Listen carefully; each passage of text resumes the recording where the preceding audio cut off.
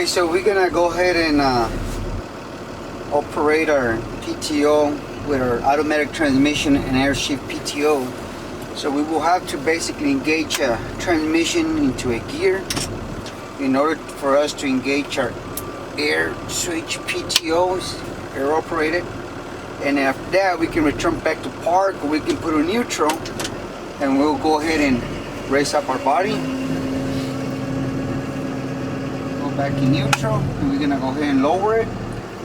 As soon as we lower it, the PTO kicks off for a safety purposes. That way you don't run your truck with the PTO being engaged.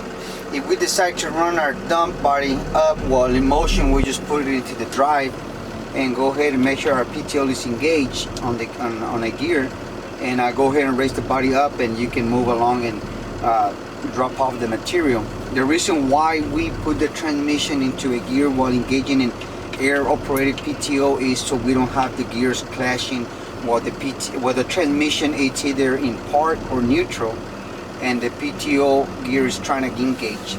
So that's why we do it on a gear, reverse or drive.